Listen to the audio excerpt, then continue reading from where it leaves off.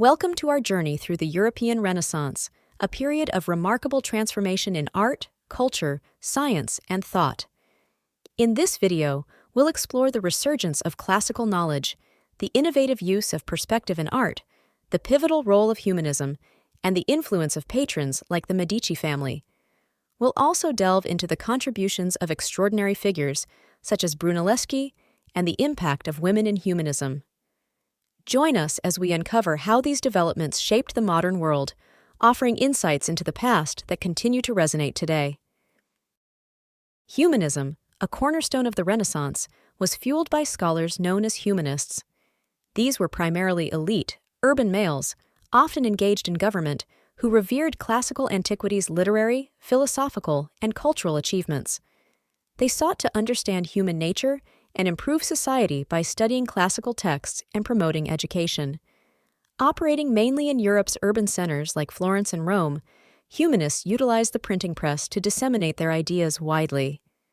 Their motivation was the belief that the wisdom of the past could guide contemporary reform, aiming to cultivate virtuous, well-rounded individuals for a better society. Humanism thus marked a pivotal shift towards a more secular and individual-centered culture, influencing various aspects of European life. Humanism during the Renaissance was a pivotal movement, reconnecting with ancient knowledge while innovating upon it. This era's thinkers, predominantly from urban elite circles, were instrumental in shaping areas like religious reform, modern science, and literature, notably influencing Shakespeare's works. They championed comprehensive thought and clear communication, reflecting the ideals of republican governance. Additionally, female humanists began challenging traditional views on women's capabilities, marking early steps towards gender equity. The advent of printing technology played a crucial role, disseminating humanist ideas widely and ensuring their endurance. However, it's important to note, humanism's reach was limited to the elite.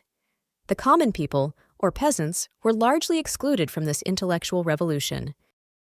The rediscovery of the classical past is a cornerstone of the Renaissance, marking a period of intense intellectual revival. Central figures like Petrarch and Boccaccio ignited this revival, with Petrarch often hailed as the father of humanism for his critical role in rediscovering and compiling ancient texts. The movement saw its geographical heart in Florence, a city that produced a significant number of humanists, reflecting its status as a cultural and intellectual hub during the Renaissance. The impact of this rediscovery was profound, leading to a deepened understanding of Roman literature, with Cicero's works serving as the gold standard for Latin prose. His writings not only influenced the style of Renaissance writing, but also introduced a new generation to the art of rhetoric, philosophy, and political theory. The revival was not limited to Roman texts. The Renaissance also witnessed a resurgence of interest in Greek learning, particularly in the fields of philosophy, mathematics, and science.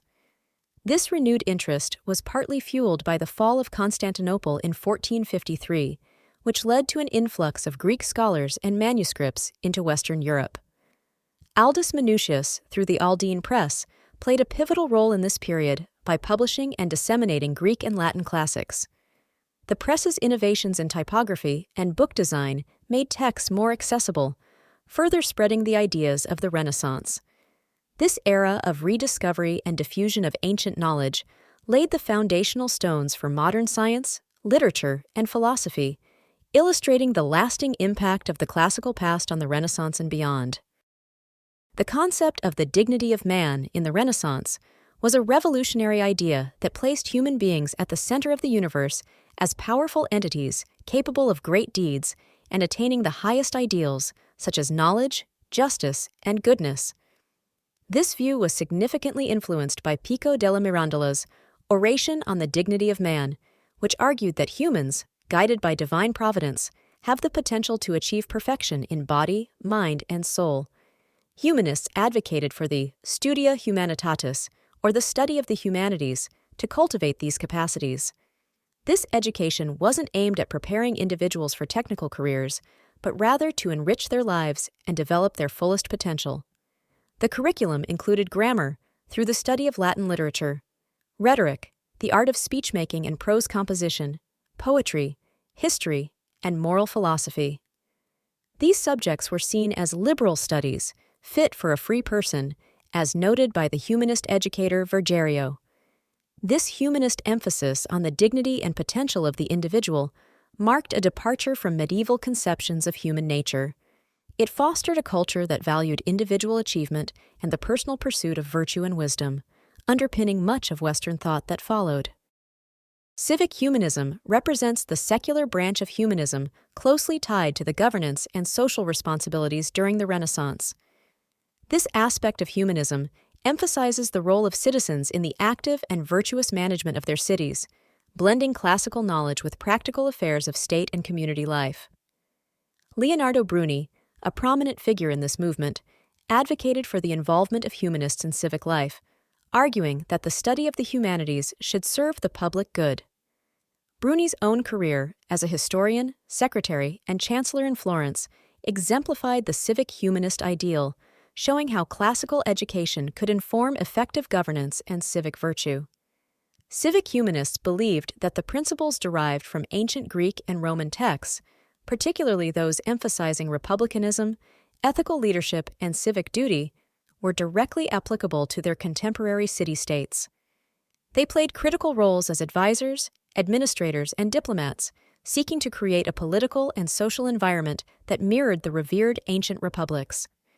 This focus on active participation in public life distinguished civic humanism from the more individualistic or academic strands of humanism, making it a key component in the development of Renaissance political philosophy and ethics. The question of women's place within the humanist movement during the Renaissance is complex, given the era's restrictive views on women's roles in society. While humanism emphasized public, civic life, a sphere from which women were largely excluded, it also opened doors for some women to engage intellectually and contribute significantly to the cultural and scholarly life of the period. Education for women in the Renaissance, when available, was often justified in terms of personal development and moral virtue, rather than preparation for public or political roles. However, educated women found ways to participate in the intellectual movement of their time, challenging societal constraints and contributing to the discourse on women's capabilities and rights. Isotta Nogarola, Laura Sarita, and Cassandra Fedeli were among the most notable female humanists of the Renaissance. They utilized their education to engage in scholarly correspondence, write treatises, and in some cases, speak publicly, activities that positioned them as intellectuals in their own right despite societal limitations. Isotta Nogarola became known for her learned debates and letters on moral and philosophical issues, carving out a space for women in scholarly discussions. Laura Sarita communicated through letters that addressed feminist themes, including the defense of women's education and intellect, making significant contributions to the defense of women genre. Cassandra Fedeli was celebrated for her public orations and writings, demonstrating that women could achieve intellectual accomplishments comparable to men. These women, among others, navigated the constraints of their time to contribute to humanist scholarship. They laid the groundwork for future generations to challenge and eventually dismantle the barriers to women's full participation in public and intellectual life. Their work and legacy highlight the importance of education for women, not just for personal enrichment, but as a tool for advocacy and reform, suggesting that the humanist movement, in its broader interpretation, was indeed accessible to women despite the era's restrictions. Aldus Manutius revolutionized book production during the Renaissance, making classical texts accessible and affordable through his Venetian print shop. His goal was to reproduce works of Greece and Rome in elegant yet compact volumes. Manutius bridged the gap between humanists and craftsmen, applying scholarly rigor to the printing process and elevating textual editing and production standards.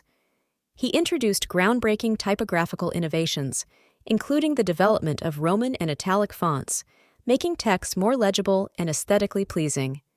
Additionally, Manutius invented the octavo format, a smaller book size that made reading more convenient and expanded the reach of books to a wider audience. Manutius's work democratized knowledge, setting modern standards for book design and production. His legacy endures in the readability and accessibility of printed materials, underscoring the impact of technological innovation on spreading knowledge. To truly appreciate his contributions, observing a printing press in action, such as in demonstrations by institutions like Cambridge University Library, can provide insights into this transformative era in publishing. The Renaissance brought a new perception of the artist as a genius, celebrated not just for skill, but for their intellectual creativity. Central to this era were the patrons, ambitious and wealthy individuals, predominantly from the merchant class, who significantly influenced the art world. They commissioned works, often dictating subjects and materials, making their role indispensable in the creation of art. Among the most renowned patrons, Lorenzo de Medici in Florence stands out. The Medici family, up to their expulsion in 1494, were monumental, funding nearly half of Florence's artistic commissions between 1433 and 1494. Similarly, Isabella d'Este in Mantua became a significant patron, showcasing the influence women could have in the art world. Guilds also played a crucial role, sponsoring art for civic spaces and contributing to the social fabric of the Renaissance city. This period saw art as a communal project that intertwined the genius of individuals with urban development, wealth, and the collective aspirations of society, both religious and intellectual. As the Renaissance matured, Rome and Venice emerged as new art capitals during the High Renaissance, circa 1490 to 1520, illustrating how artistic innovation, initially concentrated in Florence, spread and evolved across Italy. This network of artists, patrons, and cities fostered an environment where art flourished, leaving a legacy that continues to shape our cultural and artistic landscape. Perspective, termed by Margaret King as the artful construction of reality, revolutionized Renaissance art by introducing a mathematical technique to create the illusion of depth on a flat surface. This innovation allowed artists to render scenes with a realism previously unattained, making their work appear more natural and lifelike. Filippo Brunelleschi is heralded as the pioneer of modern perspective. His experiments and demonstrations, particularly in Florence, laid the groundwork for artists to explore and represent three-dimensional space accurately on two-dimensional surfaces. By using vanishing points and converging lines, artists could mimic the way objects appear smaller as they recede in the distance, thereby enhancing the viewer's sense of depth. This major artistic breakthrough not only transformed painting, but also influenced other domains such as sculpture and architecture. It allowed for a more realistic portrayal of the world and human experience, aligning with the Renaissance's broader cultural shifts towards humanism and the exploration of the natural world. Perspective underscored the era's emphasis on observation, science, and the rational understanding of space, marking a significant leap forward in the visual arts. As we conclude our exploration of the European Renaissance, we've journeyed through the rebirth of classical knowledge, the revolutionary use of perspective in art, and the profound impact of humanism on society. We've seen how patrons like the Medici family propelled the arts to new heights, and how individuals like Brunelleschi and women humanists challenged and expanded the intellectual horizons of their time. These themes underscore the Renaissance's enduring legacy, illustrating how a period of extraordinary creativity and thought laid the foundations for the modern world. Thank you for joining us on this enlightening journey.